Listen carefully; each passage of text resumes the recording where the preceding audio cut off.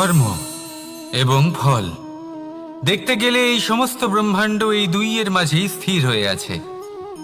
মানুষজন কর্ম করেন ভালো ফল লাভের আশায়, আর ভালো ফল লাভের আশায় উনি এটাই ভুলে যান যে উনি যে কর্ম করছেন তা কি করছেন।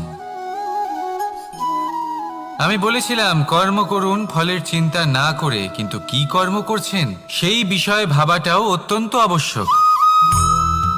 নয়তো অনেক সময় আমরা এমন কর্ম করে ফেলি যা না চাইতেও বিষে পরিণত হয়, যা হয়েছে দুঃশাসনের সাথে, দুর্যোধনের সাথে, গুরু দ্রোণের সাথে। একজনের মানসিকতা উচিত ছিল না, একজনের বিবেক উচিত ছিল না, আরেকজন যে পক্ষ নির্বাচন করেছিলেন সেই পক্ষ উচিত ছিল না। আর যা কিছু ওনাদের সাথে হলো, আপনার আমার আমাদের সকলের সাথে তা হতে পারে। আমি বলেছিলাম কর্ম করুন, ফলের চিন্তা করবেন না, কিন্তু এই কর্মের বিষয়ে বিচার করে দেখাটাও ততটাই আবশ্যক। দেখুন, কর্ম করার উচিত প্রক্রিয়া ফলের চিন্তা না করা, কিন্তু যদি আপনার কর্ম শুভ হয় তাহলে তার ফলও নিয়তি আপনাকেই দেবে। সর্বদা কর্ম করার সময় এটা ভাবুন যে আপনার এই কর্ম এই সংসারকে, এই সমাজকে, আপনার পরিবারকে, আপনার আশেপাশের মানুষজনকে কোন দিশায় নিয়ে যাবে। যদি এটা সবার জন্য মঙ্গলময় হয় তাহলে কর্ম করতে থাকুন। আর হ্যাঁ, নিশ্চিত রূপে ফলের চিন্তা করবেন না। আসুন আমার সাথে ভালোবেসে বলুন, রাধা রাধা। কর্ম এবং ফল। মানুষের স্বভাব হলো এটাই যে তিনি নিজের প্রত্যেক পরিশ্রমের প্রতিফল প্রার্থনা করেন। বেশিরভাগ সময় এই ফলাফলের চিন্তা করতে করতে, কল্পনা করতে করতে উনি কর্ম করতে থাকেন যে আমি এই কাজটা করলে এই ফল পাবো। সেই সব কল্পনা করতে থাকেন যা না তার হাতে আছে, না আছে অধিকার, আর না আছে নিয়ন্ত্রণ। উনি শুধু নিজের কর্ম করতে পারেন। উনি কি ফল পাবেন তা তার হাতে কখনোই নেই। তাই আপনিও শুধুমাত্র কর্ম করতে থাকুন, ফলের চিন্তা করবেন না। মনে রাখবেন, শিকড় এবং শাখা যেভাবে একে অপরের সাথে জড়িয়ে, সেইভাবেই একে অপরের সাথে জড়িয়ে কর্ম এবং ফল। যেরকম কর্ম আপনি করবেন সেরকম ফল আপনি অবশ্যই পাবেন। তাই এই ফলের আশায় কর্মের সময় কখনোই নষ্ট করবেন না, কারণ যে ব্যক্তি সময় নষ্ট করেন, সময় সেই ব্যক্তিকে অবশ্যই নষ্ট করে দেয়। কর্ম করুন নিঃস্বার্থভাবে, ফলের চিন্তা করবেন না, আর আমার সাথে ভালোবেসে বলুন, রাধা রাধা। এই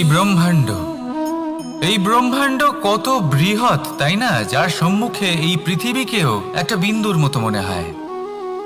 আর এই পৃথিবীতে আমরা কে হই, আমাদের আকার কিরকম, আমাদের অস্তিত্বই বা কি? যখন আমরা এভাবে ভাবি তখন মনে হয় আমরা কিছুই নই। তা আমরা যখন কিছুই নই, তাহলে আমরা এত চিন্তা করি কেন? কি ভেবে ভয় পাই? কাকেই বা এত ভয় পাই? কে আমাদের মারতে পারে আর কেই বা আমাদের জন্ম দেবে? আত্মার আসলে না কখনো জন্ম হয় আর না কখনো মৃত্যু। আত্মা শুধুই শরীর বদল করে। আপনি, আমি, আমরা সকলে এই শরীর নয়, আমরা হলাম আত্মা, যা হলো পরম আত্মার পরম অঙ্গ। সেই জন্য মনে রাখবেন, বাইরের কোথাও দেখবেন না, নিজের অন্তরের গভীরে গিয়ে দেখুন, আত্মাকে উপলব্ধি করতে শিখুন। ক্লেশ, ভয়, চিন্তা, এই সব কিছুর থেকে নিজেকে দূরে রাখুন, তাহলেই উপলব্ধি করতে পারবেন পরমাত্মাকে। তাহলে আসুন আমার সাথে ভালোবেসে বলুন, রাধা রাধা। পরিবর্তন এই সংসারের শাশ্বত নিয়ম। কোনো রাজা নেই যিনি চিরকাল রাজা থাকেন, কোনো ধনী ব্যক্তি নেই যিনি চিরকাল ধনী থাকবেন। এই সংসারে সূর্যের স্থান নেওয়ার জন্য চন্দ্রিমার আগমন ঘটে। কোন স্থান যাকে পতিত বলা হয়েছিল সেখানে মহল তৈরি হয়েছে। কোন স্থান যাকে আজ মলিন বলা হয়েছে কাল সেখানে মন্দিরও স্থাপন হতে পারে। কোনো ঋতু চিরকালের জন্য থাকে না, কখনো সময় চিরকাল একরকম থাকে না। আজ যে আপনার কাছে রয়েছে কাল অন্য কারোর ছিল, আজ যে আপনার কাছে রয়েছে কাল তা অন্য কারোর কাছে চলে যাবে। আপনার সাথে কিছু থাকলে তা হলো আপনার কর্ম, কিন্তু সেই কর্মের পরিণামও আপনার নয়। আপনি শুধু কর্ম করুন, বাকি সবকিছুই পরিবর্তনশীল। কিন্তু সেই পরিবর্তনকে দেখে ভয় পাওয়ার প্রয়োজন নেই, তাকে স্বাগত জানান। যদি আপনি হাসি মুখে সেই পরিবর্তনকে স্বাগত জানান, তাহলে এই পরিবর্তনও হাসি মুখে আপনার সাথে থাকবে। আসুন আমার সাথে ভালোবেসে বলুন, রাধা রাধা। বটবৃক্ষের বীজ সর্ষের দানার থেকেও ছোট হয়, কিন্তু যখন তা নিজের রূপ ধারণ করে তখন তা বিশাল বৃক্ষের আকার ধারণ করে, যা সহস্র বছর ধরে বেঁচে থাকে, ছায়া প্রদান করে, পাখিদের আশ্রয় প্রদান করে, আর দেয় পথচারীদের বিশ্রাম করার স্থান। কেন? কারণ সেই ছোট বীজ তা মাটির ভেতরে গিয়ে নিজের খোলস ত্যাগ করে। অন্ধকারে থাকে সে, যতই আলো আসুক না কেন, যতই বর্ষা আসুক না কেন, সব সহ্য করে। আর তারপরে একটা চারা গাছ অঙ্কুরিত হয়, তারপর ধীর গতিতে একটা বিশাল বৃক্ষতে পরিণত হয়। দেখুন, জীবনে কঠিন সময় আসে, এই জন্য নয় যে আপনি হার মেনে নেবেন। এই জন্য আসে যাতে আপনি ভবিষ্যৎ নির্মাণের জন্য নিজেকে তৈরি করতে পারেন। যদি কঠিন সময়ে আপনি ওই বীজের মতো দৃঢ় হয়ে থাকতে পারেন, তাহলে আপনিও একদিন সেই বিশাল বৃক্ষের মতো নিজের অস্তিত্ব গড়ে তুলতে পারবেন, যা সহস্র বছর পর্যন্ত মনে রাখা হবে। আসুন আমার সাথে ভালোবেসে বলুন, রাধা রাধা। সঞ্চয়। মানুষের যখন থেকে বোধবুদ্ধি হয়, সঞ্চয় করতে আরম্ভ করে দেন। সঞ্চয় করতে থাকেন ভোজনের, সঞ্চয় অর্থের, সঞ্চয় শক্তির। নিজের জন্য করেন, নিজের পরিবারের জন্য করেন, নিজের স্ত্রীর জন্য করেন, সন্তানের জন্য করেন, সন্তানের সন্তানের জন্যও সঞ্চয় করেন। সঞ্চয় করার জন্য ওনার কাছে অনেক কারণ রয়েছে, কারণ উনি এটা ভাবেন যে এই সঞ্চিত শক্তির জন্য কেউ ওনার কোনো ক্ষতি করতে পারবে না। মানুষ ভুলে যান একটা গুরুত্বপূর্ণ কথা, এই সত্য, উনি এই সংসারে খালি হাতেই এসেছিলেন, আর এখান থেকে ওনাকে খালি হাতেই যেতে হবে। যা এখানকার তা এখানেই থেকে যাবে। আর যদি কিছু ওনার সাথে যায় তা হলো ওনার কর্ম, আর কিচ্ছু নয়। তাই যদি কিছু অর্জন করতে চান, তাহলে শুভ কর্ম অর্জন করুন, আত্মশক্তি অর্জন করুন, কারণ পরলোকে এটাই হবে আপনার সম্পত্তি। তাহলে কি এটা আপনি অর্জন করতে চান না? আসুন আর আমার সাথে ভালোবেসে বলুন, রাধা রাধা। সদিচ্ছা। দেখতে গেলে 3 অক্ষরে তৈরি এই শব্দ, কিন্তু সমস্ত ত্রিলোক তার উপরেই আধারিত। আপনি এই সংসারে এসেছেন, তখন অবশ্যই শ্বাস নেবেন, কিন্তু তার বদলে আপনাকে কিছু তো দিতেই হবে। আপনার উপর নির্ভর করছে আপনি কি দেবেন। কি দেবেন এই সংসারকে, এই সমাজকে, নিজের পরিবারকে, আর তার বদলে কি নেবেন? যশ নাকি অপযশ? দেখুন, এক ছিল রাবণ, যে কিনা সমুদ্র পার করল সীতাকে অপহরণ করার জন্য, আর এক ছিলেন রামচন্দ্র, যিনি সমুদ্র পার করেছিলেন, সেতু বানিয়ে গিয়েছিলেন সীতাকে ফিরিয়ে নিয়ে আসার জন্য। দুজনেই সমুদ্র পার করেছিলেন, শুধু পার্থক্য ছিল সদিচ্ছাকে বোঝার, লক্ষ্যের। অনেক মানুষের যাত্রা একরকম হতেই পারে, কিন্তু আনন্দ তখনই লাভ করবেন যখন লক্ষ্য শুভ হবে, মহান হবে। এই লক্ষ্য দিয়ে এই সংসারের কল্যাণ হবে এবং মানুষের সম্মান হবে। যদি আপনার সংকল্প উচিত হয়, তাহলে আপনার লক্ষ্য উচিতই হবে, নয়তো শুধুমাত্র বিনাশ হবে। আর উচিত এটাই হবে যে বিনাশের হাত থেকে যেন নিজেকে বাঁচানো যায়, কি বলেন? তাই জীবনে যে লক্ষ্য স্থির করছেন, মনে রাখবেন তা যেন শুভ লক্ষ্য হয়। যদি এরকম হয়, তাহলে আপনার যাত্রা, আপনার জীবন দুটোই শুভময় হবে। আসুন আর আমার সাথে ভালোবেসে বলুন, রাধা রাধা। সুরক্ষা। এই সুরক্ষা আসলে কি? এটা কি কোনো কবচ নাকি কোনো সীমা? এই সুরক্ষা আসলে অন্য কিছু। আমাদের মাতা পিতা, আমাদের প্রিয়জন, আমাদের বন্ধু, এই সমাজ, আমাদের শুভাকাঙ্ক্ষী, আমাদের আত্মীয়, এনারা সবাই আমাদের জীবনে কোনো না কোনো ভাবে সুরক্ষা দিয়ে থাকেন, একটা কবচ দিয়ে থাকেন কোনো না কোনো রূপে।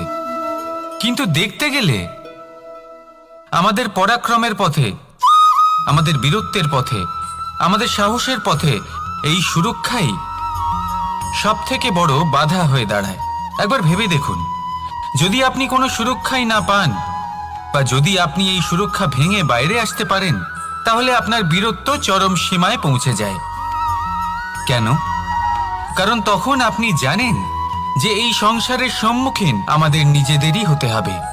আপনি বুঝে যান যে শত্রুর সম্মুখীন এবার নিজের বলের দ্বারা, নিজের পরাক্রমের দ্বারা, নিজের সাহসের দ্বারা করতে হবে। আর তখন আমাদের মনের মধ্যে এই শক্তি জাগ্রত হয়। এই শক্তি অন্তরেই বসবাস করে। শুধু এটা চিনে নিতে হবে, একে জাগ্রত করতে হবে। আর এটা সুরক্ষা ভেঙে যাওয়ার পরেই সম্ভব হয়। আর যারা নিজের শক্তি সম্পর্কে জানেন, যিনি নিজেই জানেন তিনি কতটা শক্তিশালী, তিনি নিজেই নিজের সুরক্ষা কবচ চিরকালের মতো ভেঙে ফেলে দেন, ঠিক কর্ণের মতো। আর তারপরে দেখুন, আপনার পরাজয় হোক বা বিজয়ী হোক না কেন, সেটাই অনেক বড় হয়, সেটাই প্রশস্ত হয়ে থাকে। সেই জন্য ত্যাগ করুন নিজের ভয়কে, নিজের আশেপাশের এই সুরক্ষা চক্রকে ভেঙে ফেলুন। আর সম্মুখীন হন এই সংসারের নিজের শত্রুর সম্মুখীন হন। পরাক্রমের এই অঙ্কুর, তা অঙ্কুরিত হওয়ার জন্য বীজের উপরের এই কবচ, এটা ভেঙে যাওয়া অতি আবশ্যক। আসুন আমার সাথে ভালোবেসে বলুন, রাধা রাধা। যখন আমরা হাঁটতে থাকি আর আমাদের পায়ে কাঁটা বিঁধে যায়, তখন মুখ দিয়ে আহ বেরিয়ে আসে, কান্না চলে আসে, আর অনেক সময় অভিশাপও বেরিয়ে আসে। কিন্তু আমরা কি কখনো এটা এইভাবে দেখেছি, এইভাবে ভেবেছি যে আমরা যে পথে চলেছি সেই পথে কাঁটা বিঁধেছে, নাকি আমরা সেই পথ নির্বাচন করেছি যাতে শুধুই কাঁটা রয়েছে? নাকি আমরা এভাবে ভেবে দেখেছি যে এই কাঁটা আমাদের কষ্ট দিতে এসেছে, নাকি এটা আমরাই বিছিয়ে রেখেছিলাম? সাবধান থাকা উচিত ছিল, কারণ কাঁটা বিঁধলে যন্ত্রণা হবে, চিৎকার করে ফেলতে পারি, মুখ থেকে অভিশাপও বেরিয়ে আসতে পারে। কিন্তু এই অভিশাপ শুধুমাত্র আমাদের তরফ থেকে অভিশাপ হয়, সামনের ব্যক্তিটির ওপরও নির্ভর করে। এবার সেই ব্যক্তি যদি এমন হয় যে ফুল আর কাঁটা এই দুই সমানভাবে গ্রহণ করতে পারে, তার কাছে অভিশাপও বরদানে পরিণত হয়। শেষ পর্যন্ত ব্যাপারটা দাঁড়ায় ভাবনা, চিন্তা, দৃষ্টিভঙ্গির ওপর। কারণ আপনার এই ভাবনাই সত্যি হয়ে সামনে আসে। সেই জন্য এই ভাবনা, চিন্তা, মানসিকতাকে গুরুত্ব সহকারে দেখবেন। এই বিবেচনা নিয়ে বিবেচনা করতে শিখুন। আমার কথার অর্থ হলো যে জীবনে যখন এরকম কিছু একটা ঘটবে, তখন ভেবে দেখুন যে এরকম কেন হলো। আপনি কি এমন কোনো কর্ম করেছিলেন যার কর্মফল এটা? এমন কোনো কাজ যা অনুচিত ছিল, অসত্য ছিল, যা অভদ্রতার কারণ ছিল? ভেবে দেখা প্রয়োজন। দেখুন, ইচ্ছে হলো আপনার যে আপনি কি করতে চান, ভাবনা আপনার, সত্য আপনার, জীবন আপনার, সিদ্ধান্ত আপনার। আসুন আর আমার সাথে ভালোবেসে বলুন, রাধা রাধা। সময়, এই সময় আসলে কি? এই সময় একটা সরল রেখা তো কখনোই নয়। সময় হলো একটা চক্র, যেখানে এর আদি সেখানেই হলো এর অন্ত, আর যেখানে তা শেষ হয় সেখান থেকেই তার শুরু হয়। এই সময় একটা অত্যন্ত বিচিত্র চিন্তা, বিচিত্র ভাবনা, একটা বিচিত্র বস্তু যা কেউ বুঝতে পারেন না। এই সময়ের লীলা, এর কোনো প্রমাণ নেই, কোনো জ্ঞান নেই, কোনো পরিমাপ নেই। শুধু এটুকু আমরা জানতে পারি, যেখানে শেষ হবে সেখান থেকে একটা নতুন সূচনাও হবে। যা আজ আপনার কাছে আছে, কাল অন্য কারোর কাছে যাবে, তারপরে তার কাছ থেকেও অন্য কারোর কাছে যাবে, তারপরে তার থেকেও ছিনিয়ে নেওয়া হবে। এই নিয়তির একজনের কাছ থেকে অন্যজনের কাছে আদান প্রদানের এই সময় হলো আপনার সময়। এই সময়ের সদ্ব্যবহার করুন, এই সময়কে বাঁচুন। আপনাকে শুধু এটাই সুনিশ্চিত করতে হবে যে আপনি কোন পক্ষে আছেন। আর সত্যি বলতে কি, আপনার জীবনের পরিণাম নির্ভর করে আপনার নির্বাচনের ওপর। আপনি কোন পক্ষ নির্বাচন করছেন। তাহলে মনে রাখবেন, জীবনে সেই পক্ষই নির্বাচন করবেন যা চয়ন করার পরে আপনি সুখ অনুভব করবেন, আপনি সন্তোষ লাভ করবেন, প্রসন্নতা লাভ করবেন। আর আমি এটাই সুনিশ্চিত করব যে এই পক্ষ যেন শান্তির পক্ষ হয়, এই পক্ষই যেন প্রেমের পক্ষ হয়। তাহলে চিন্তা করবেন না, আর আসুন আমার সাথে ভালোবেসে বলুন, রাধা রাধা। দৃষ্টি আর দৃষ্টিভঙ্গি, এই সমগ্র লীলা হলো এই দুইয়ের। বিচিত্র হতে পারে, কিন্তু এটাই সত্যি। এবার আপনাকে একটা উদাহরণ দিয়ে বোঝাই। অনেক সময় আপনি কোনো ব্যক্তিকে এটা বলতে শুনবেন যে আমি আমার নিজের উপরে গর্ব করি, আমি নিজেকে নিয়ে গর্ব করি, আমি খুব ভালোভাবে আমার মা বাবার সেবা করি, ওনাদের আমি সবসময় সুখী রাখি, ওনাদের আমি একটা বাড়ি দিয়েছি, সকল সুখ সুবিধা দিয়েছি, ওনাদের জীবনে প্রত্যেক জিনিস দিয়েছি আর দেব যা তাদের প্রয়োজন। এবার আমাকে বলুন যে আপনি কে হন। আপনি হলেন সেই বীজ যা আপনার মাতা পিতা রোপণ করেছেন। আপনার মা বাবাই আপনাকে এই সংসারে জন্ম দিয়েছেন। এবার এই সব কথার কি তাৎপর্য? এই হলো সেই ব্যক্তির দৃষ্টিভঙ্গি। এবার দেখা যাক এই প্রকৃতি আমাদের কি শেখায়। কখনো কোনো গাছকে দেখবেন, যখন সেই গাছে ফল আসে, সে মালিকে এটা বলে না যে দেখো আমি তোমাকে ফল খেতে দিচ্ছি।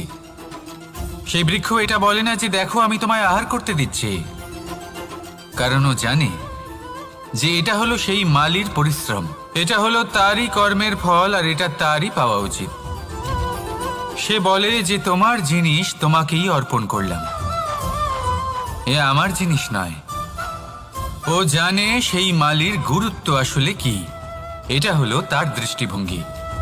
সেই জন্য আপনি জীবনে কোন ব্যক্তির মধ্যে, কোন পশু পাখির মধ্যে, কোন প্রাণীর মধ্যে, কোন পরিস্থিতিতে, কোন আবেগের মুহূর্তে কি দেখতে পাচ্ছেন, সেটা আপনার দৃষ্টিভঙ্গির উপরে নির্ভর করছে। তাই নিজের মনে ধনাত্মক ভাব জাগ্রত করুন, শুভ চিন্তা নিয়ে আসুন। এই ভাবনাই সত্য হয়ে সামনে আসবে। এই দৃষ্টিভঙ্গি এমন হয়ে যাবে যে আপনার জীবনে সবকিছুই শুভ হবে। তাহলে আসুন আর আমার সাথে ভালোবেসে বলুন, রাধা রাধা। প্রতিশোধ অথবা কাউকে দুঃখ দেওয়ার ভাবনা, যদি এটা আপনার মনে থাকে, তাহলে আপনি নিজের মনেই যন্ত্রণার একটা বিশাল বৃক্ষ রোপণ করছেন, এটা মনে রাখবেন। কারণ কাউকে দুঃখ দেবার এই ভাবনা, এটা হলো সেই বীজ যা আপনার মনেই পতিত হবে, আপনার মনেই অঙ্কুরিত হবে, আর আপনার মনেই একটা বিশাল বৃক্ষরূপে বেড়ে উঠবে। জীবন আপনার, কর্ম আপনার, কাউকে দুঃখ দেবার ভাবনা আপনার ছিল, এই বৃক্ষ হলো আপনার, তাই এর ফলও আপনিই পাবেন, যা গ্রহণও আপনাকেই করতে হবে। মনে রাখবেন, যে মানুষ এটা ভাবে যে আমি ওকে দুঃখ দেব, ওকে কষ্ট দিতে চাই আমি, সেই মানুষই দুঃখ আর কষ্ট পেয়ে থাকে। যদি সেই জায়গায় আপনি এটা ভাবেন যে আমি কাউকে সুখী করে তুলতে চাই, কাউকে সুখ প্রদান করতে চাই, তাহলে তারও বীজ আপনার মনেই রোপণ হবে, বৃক্ষে পরিণত হবে, যার ফলও আপনিই পাবেন। এখানে বিষয়টা হলো শুধু মানসিকতার চিন্তা, যা সত্য হয়ে আপনার সামনে আসে। তাহলে এই মানসিকতা শুভ করুন, সবার জন্য মঙ্গল কামনা করুন। অন্যের মনে আপনার জন্য ভালো চিন্তা থাকুক বা না থাকুক, আপনি সবার জন্য শুভ চিন্তা করে কর্ম করতে থাকুন, তাহলে আপনার সাথেও ভালোই হবে। তাহলে আসুন আর আমার সাথে ভালোবেসে বলুন, রাধা রাধা। সুখ আর অভিজ্ঞতা, এই দুই জীবনে একসাথে কখনোই আসে না। মনে রাখবেন, যেখানে সুখ থাকে সেখানে অভিজ্ঞতা থাকে না, আর যখন এই সুখ আমাদের জীবন থেকে দূরে চলে যায়, তখন আমাদের জীবনে আসে এই অভিজ্ঞতা। পরমাত্মা, প্রকৃতি, নিয়তি এই অভিজ্ঞতাকে আমাদের জীবনে পাঠান, যাতে আমরা একটা অত্যন্ত গুরুত্বপূর্ণ শিক্ষা, একটা জ্ঞান প্রাপ্ত করতে পারি। এই অভিজ্ঞতা আমাদের শেখায় যে অতীতে এমন কি হয়েছিল যা আমাদের করা উচিত হয়নি, আমাদের শেখায় ভবিষ্যতে এমন কি আছে যা আমাদের করা উচিত আর কি করা উচিত নয়। দেখতে গেলে এই অভিজ্ঞতা আমাদের সেই শিক্ষা দেয় যার জন্য আমরা সুখের দিকে উচিতভাবে অগ্রসর হতে পারি। সেই জন্য জীবনে যখনই দুঃখ আসবে, দুঃখের এই সময় আসবে, তখন হতাশ হবেন না। বোঝার চেষ্টা করুন এই পরিস্থিতি কেন এসেছে, কি শিক্ষা দিতে এসেছে। যদি আপনি সেই জ্ঞান লাভ করেন, সুখের পথে অগ্রসর হন, তাও উচিত রূপে, তাহলে এই অভিজ্ঞতার উদ্দেশ্য পূরণ হয়ে যায়। তাহলে আসুন আর আমার সাথে ভালোবেসে বলুন, রাধা রাধা। এবং ফল, মানুষের স্বভাব হলো এটাই যে তিনি নিজের প্রত্যেক পরিশ্রমের প্রতিফল প্রার্থনা করেন। বেশিরভাগ সময় এই ফলাফলের চিন্তা করতে করতে, কল্পনা করতে করতে উনি কর্ম করতে থাকেন যে আমি এই কাজটা করলে এই ফল পাবো।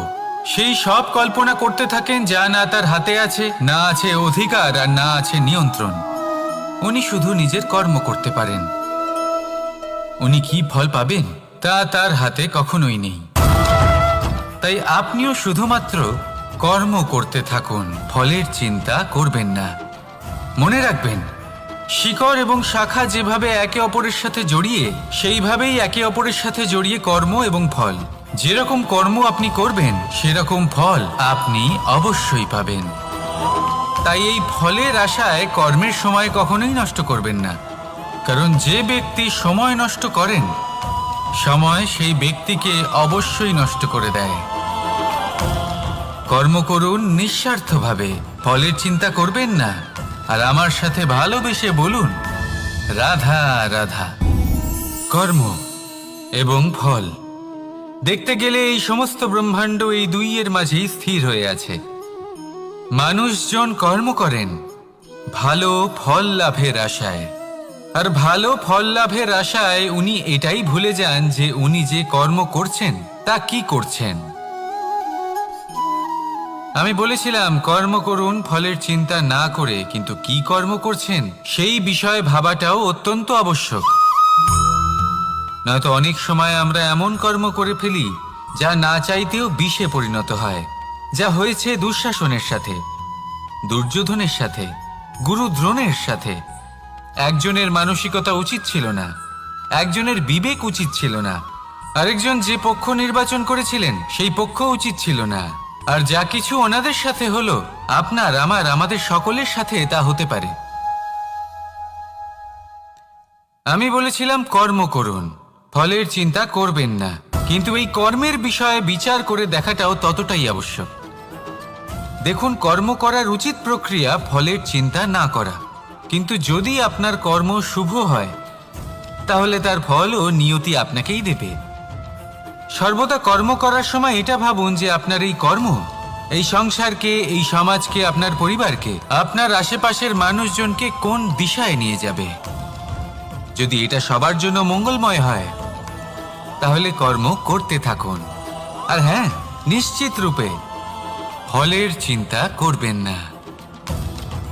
আসুন আমার সাথে ভালোবেসে বলুন, রাধা রাধা।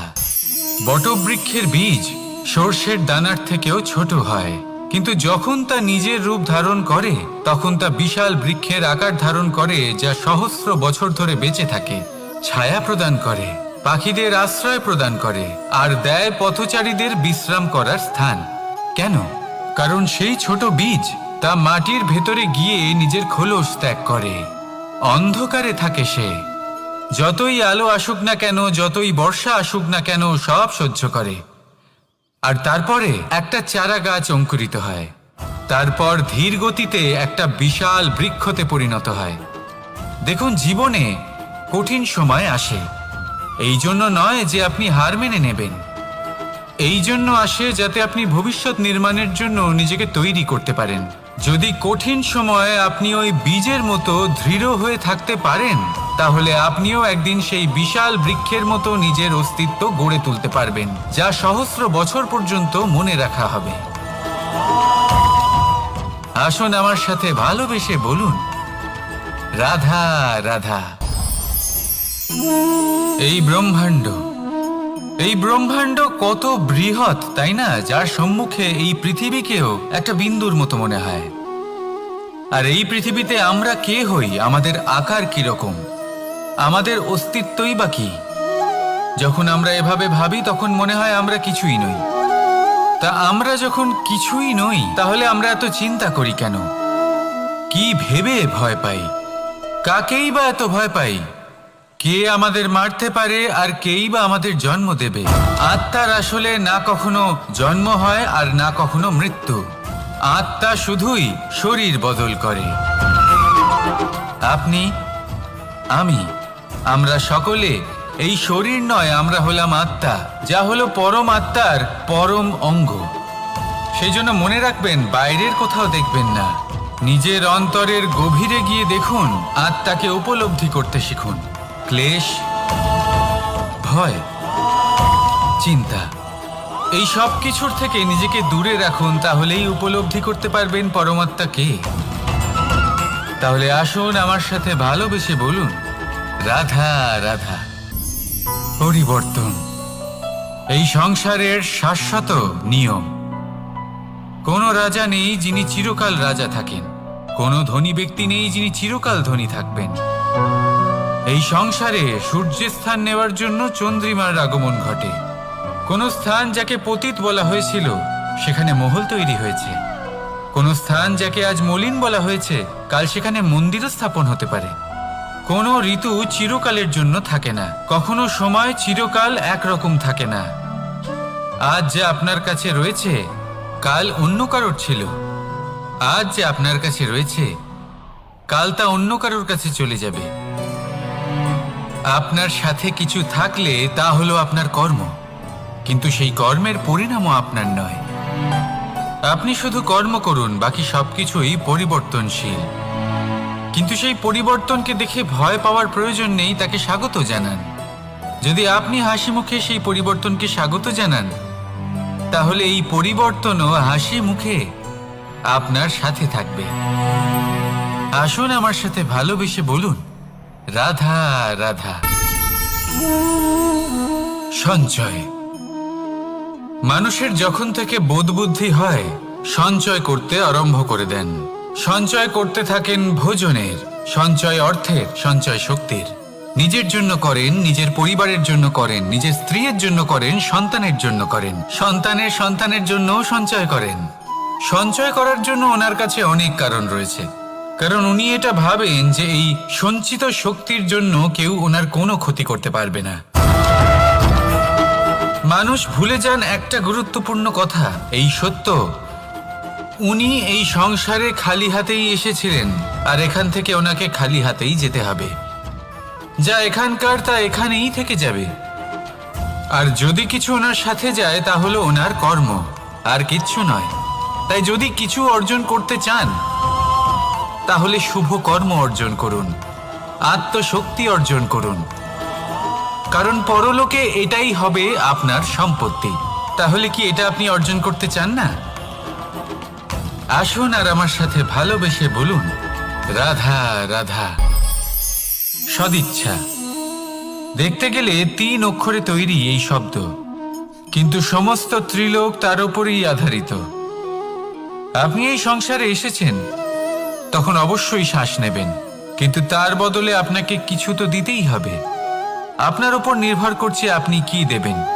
কি দেবেন এই সংসারকে, এই সমাজকে, নিজের পরিবারকে, আর তার বদলে কি নেবেন? যশ নাকি অপযশ? দেখুন, এক ছিল রাবণ, যে কিনা সমুদ্র পার করল সীতাকে অপহরণ করার জন্য, আর এক ছিলেন রামচন্দ্র, যিনি সমুদ্র পার করেছিলেন, সেতু বানিয়ে গিয়েছিলেন সীতাকে ফিরিয়ে নিয়ে আসার জন্য। দুজনেই সমুদ্র পার করেছিলেন, শুধু পার্থক্য ছিল সদিচ্ছাকে বোঝার, লক্ষ্যের। অনেক মানুষের যাত্রা একরকম হতেই পারে, কিন্তু আনন্দ তখনই লাভ করবেন যখন লক্ষ্য শুভ হবে, মহান হবে। এই লক্ষ্য দিয়ে এই সংসারের কল্যাণ হবে এবং মানুষের সম্মান হবে। যদি আপনার সংকল্প উচিত হয় তাহলে আপনার লক্ষ্য উচিতই হবে, নয়তো শুধুমাত্র বিনাশ হবে। আর উচিত এটাই হবে যে বিনাশের হাত থেকে যেন নিজেকে বাঁচানো যায়, কি বলেন? তাই জীবনে যে লক্ষ্য স্থির করছেন মনে রাখবেন তা যেন শুভ লক্ষ্য হয়। যদি এরকম হয় তাহলে আপনার যাত্রা, আপনার জীবন দুটোই শুভময় হবে। আসুন আর আমার সাথে ভালোবেসে বলুন, রাধা রাধা। সুরক্ষা। এই সুরক্ষা আসলে কি? এটা কি কোনো কবচ, নাকি কোনো সীমা? এই সুরক্ষা আসলে অন্য কিছু। আমাদের মাতা পিতা, আমাদের প্রিয়জন, আমাদের বন্ধু, এই সমাজ, আমাদের শুভাকাঙ্ক্ষী, আমাদের আত্মীয়, এনারা সবাই আমাদের জীবনে কোনো না কোনোভাবে সুরক্ষা দিয়ে থাকেন, একটা কবচ দিয়ে থাকেন কোনো না কোনো রূপে। কিন্তু দেখতে গেলে আমাদের পরাক্রমের পথে, আমাদের বীরত্বের পথে, আমাদের সাহসের পথে এই সুরক্ষাই সব থেকে বড় বাধা হয়ে দাঁড়ায়। একবার ভেবে দেখুন, যদি আপনি কোনো সুরক্ষাই না পান, বা যদি আপনি এই সুরক্ষা ভেঙে বাইরে আসতে পারেন, তাহলে আপনার বীরত্ব চরম সীমায় পৌঁছে যায়। কেন? কারণ তখন আপনি জানেন যে এই সংসারের সম্মুখীন আমাদের নিজেদেরই হতে হবে। আপনি বুঝে যান যে শত্রুর সম্মুখীন এবার নিজের বলের দ্বারা, নিজের পরাক্রমের দ্বারা, নিজের সাহসের দ্বারা করতে হবে। আর তখন আমাদের মনের মধ্যে এই শক্তি জাগ্রত হয়। এই শক্তি অন্তরেই বসবাস করে। শুধু এটা চিনে নিতে হবে, একে জাগ্রত করতে হবে। আর এটা সুরক্ষা ভেঙে যাওয়ার পরেই সম্ভব হয়। আর যারা নিজের শক্তি সম্পর্কে জানেন, যিনি নিজেই জানেন তিনি কতটা শক্তিশালী, তিনি নিজেই নিজের সুরক্ষা কবচ চিরকালের মতো ভেঙে ফেলে দেন, ঠিক কর্ণের মতো।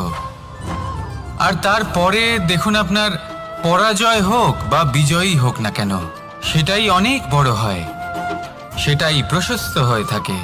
সেই জন্য ত্যাগ করুন নিজের ভয়কে, নিজের আশেপাশের এই সুরক্ষা চক্রকে ভেঙে ফেলুন, আর সম্মুখীন হন এই সংসারের নিজের শত্রুর সম্মুখীন হন।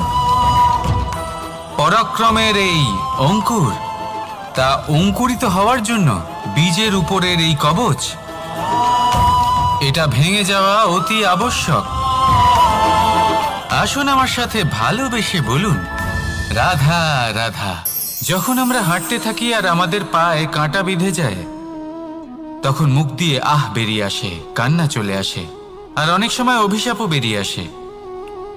কিন্তু আমরা কি কখনো এটা এইভাবে দেখেছি, এইভাবে ভেবেছি যে আমরা যে পথে চলেছি সেই পথে কাঁটা বিঁধেছে, নাকি আমরা সেই পথ নির্বাচন করেছি যাতে শুধুই কাঁটা রয়েছে? নাকি আমরা এভাবে ভেবে দেখেছি যে এই কাঁটা আমাদের কষ্ট দিতে এসেছে, নাকি এটা আমরাই বিছিয়ে রেখেছিলাম? সাবধান থাকা উচিত ছিল, কারণ কাঁটা বিঁধলে যন্ত্রণা হবে, চিৎকার করে ফেলতে পারি, মুখ থেকে অভিশাপও বেরিয়ে আসতে পারে। কিন্তু এই অভিশাপ শুধুমাত্র আমাদের তরফ থেকে অভিশাপ হয়, সামনের ব্যক্তিটির ওপরও নির্ভর করে। এবার সেই ব্যক্তি যদি এমন হয় যে ফুল আর কাঁটা এই দুই সমানভাবে গ্রহণ করতে পারে, তার কাছে অভিশাপও বরদানে পরিণত হয়। শেষ পর্যন্ত ব্যাপারটা দাঁড়ায় ভাবনা, চিন্তা, দৃষ্টিভঙ্গির ওপর। কারণ আপনার এই ভাবনাই সত্যি হয়ে সামনে আসে। সেই জন্য এই ভাবনা, চিন্তা, মানসিকতাকে গুরুত্ব সহকারে দেখবেন। এই বিবেচনা নিয়ে বিবেচনা করতে শিখুন। আমার কথার অর্থ হলো যে জীবনে যখন এরকম কিছু একটা ঘটবে, তখন ভেবে দেখুন যে এরকম কেন হলো। আপনি কি এমন কোনো কর্ম করেছিলেন যার কর্মফল এটা? এমন কোনো কাজ যা অনুচিত ছিল, অসত্য ছিল, যা অভদ্রতার কারণ ছিল? ভেবে দেখা প্রয়োজন। দেখুন, ইচ্ছে হলো আপনার যে আপনি কি করতে চান, ভাবনা আপনার, সত্য আপনার, জীবন আপনার, সিদ্ধান্ত আপনার। আসুন আর আমার সাথে ভালোবেসে বলুন, রাধা রাধা। সময়। এই সময় আসলে কি? এই সময় একটা সরল রেখা তো কখনোই নয়। সময় হলো একটা চক্র, যেখানে এর আদি সেখানেই হলো এর অন্ত, আর যেখানে তা শেষ হয় সেখান থেকেই তার শুরু হয়। এই সময় একটা অত্যন্ত বিচিত্র চিন্তা, বিচিত্র ভাবনা, এ একটা বিচিত্র বস্তু যা কেউ বুঝতে পারেন না। এই সময়ের লীলা, এর কোনো প্রমাণ নেই, কোনো জ্ঞান নেই, কোনো পরিমাপ নেই। শুধু এটুকু আমরা জানতে পারি যেখানে শেষ হবে সেখান থেকে একটা নতুন সূচনাও হবে। যা আজ আপনার কাছে আছে কাল অন্য কারোর কাছে যাবে, তারপরে তার কাছ থেকেও অন্য কারোর কাছে যাবে, তারপরে তার থেকেও ছিনিয়ে নেওয়া হবে। এই নিয়তির একজনের কাছ থেকে অন্যজনের কাছে আদান প্রদানের এই সময় হলো আপনার সময়। এই সময়ের সদ্ব্যবহার করুন, এই সময়কে বাঁচুন। আপনাকে শুধু এটাই সুনিশ্চিত করতে হবে যে আপনি কোন পক্ষে আছেন। আর সত্যি বলতে কি, আপনার জীবনের পরিণাম নির্ভর করে আপনার নির্বাচনের ওপর। আপনি কোন পক্ষ নির্বাচন করছেন। তাহলে মনে রাখবেন, জীবনে সেই পক্ষই নির্বাচন করবেন যা চয়ন করার পরে আপনি সুখ অনুভব করবেন, আপনি সন্তোষ লাভ করবেন, প্রসন্নতা লাভ করবেন। আর আমি এটাই সুনিশ্চিত করব যে এই পক্ষ যেন শান্তির পক্ষ হয়, এই পক্ষই যেন প্রেমের পক্ষ হয়। তাহলে চিন্তা করবেন না, আর আসুন আমার সাথে ভালোবেসে বলুন, রাধা রাধা। দৃষ্টি আর দৃষ্টিভঙ্গি, এই সমগ্র লীলা হলো এই দুইয়ের। বিচিত্র হতে পারে, কিন্তু এটাই সত্যি। এবার আপনাকে একটা উদাহরণ দিয়ে বোঝাই। অনেক সময় আপনি কোনো ব্যক্তিকে এটা বলতে শুনবেন যে আমি আমার নিজের উপরে গর্ব করি, আমি নিজেকে নিয়ে গর্ব করি, আমি খুব ভালোভাবে আমার মা বাবার সেবা করি, ওনাদের আমি সবসময় সুখী রাখি, ওনাদের আমি একটা বাড়ি দিয়েছি, সকল সুখ সুবিধা দিয়েছি, ওনাদের জীবনে প্রত্যেক জিনিস দিয়েছি আর দেব যা তাদের প্রয়োজন। এবার আমাকে বলুন যে আপনি কে হন। আপনি হলেন সেই বীজ যা আপনার মাতা পিতা রোপণ করেছেন। আপনার মা বাবাই আপনাকে এই সংসারে জন্ম দিয়েছেন। এবার এইসব কথার কি তাৎপর্য? এই হলো সেই ব্যক্তির দৃষ্টিভঙ্গি। এবার দেখা যাক এই প্রকৃতি আমাদের কি শেখায়। কখনো কোনো গাছকে দেখবেন, যখন সেই গাছে ফল আসে, সে মালিকে এটা বলে না যে দেখো আমি তোমাকে ফল খেতে দিচ্ছি। সেই বৃক্ষ এটা বলে না যে দেখো আমি তোমায় আহার করতে দিচ্ছি, কারণ ও জানে যে এটা হলো সেই মালির পরিশ্রম, এটা হলো তারই কর্মের ফল, আর এটা তারই পাওয়া উচিত। সে বলে যে তোমার জিনিস তোমাকেই অর্পণ করলাম, এ আমার জিনিস নয়। ও জানে সেই মালির গুরুত্ব আসলে কি। এটা হলো তার দৃষ্টিভঙ্গি। সেই জন্য আপনি জীবনে কোন ব্যক্তির মধ্যে, কোন পশু পাখির মধ্যে, কোন প্রাণীর মধ্যে, কোন পরিস্থিতিতে, কোন আবেগের মুহূর্তে কি দেখতে পাচ্ছেন, সেটা আপনার দৃষ্টিভঙ্গির উপরে নির্ভর করছে। তাই নিজের মনে ধন্যাত্মক ভাব জাগ্রত করুন, শুভ চিন্তা নিয়ে আসুন। এই ভাবনাই সত্য হয়ে সামনে আসবে। এই দৃষ্টিভঙ্গি এমন হয়ে যাবে যে আপনার জীবনে সবকিছুই শুভ হবে। তাহলে আসুন আর আমার সাথে ভালোবেসে বলুন, রাধা রাধা। প্রতিশোধ অথবা কাউকে দুঃখ দেওয়ার ভাবনা, যদি এটা আপনার মনে থাকে, তাহলে আপনি নিজের মনেই যন্ত্রণার একটা বিশাল বৃক্ষ রোপণ করছেন, এটা মনে রাখবেন। কারণ কাউকে দুঃখ দেবার এই ভাবনা, এটা হলো সেই বীজ যা আপনার মনেই পতিত হবে, আপনার মনেই অঙ্কুরিত হবে, আর আপনার মনেই একটা বিশাল বৃক্ষরূপে বেড়ে উঠবে। জীবন আপনার, কর্ম আপনার, কাউকে দুঃখ দেবার ভাবনা আপনার ছিল, এই বৃক্ষ হলো আপনার, তাই এর ফলও আপনিই পাবেন, যা গ্রহণও আপনাকেই করতে হবে। মনে রাখবেন, যে মানুষ এটা ভাবে যে আমি ওকে দুঃখ দেব, ওকে কষ্ট দিতে চাই আমি, সেই মানুষই দুঃখ আর কষ্ট পেয়ে থাকে।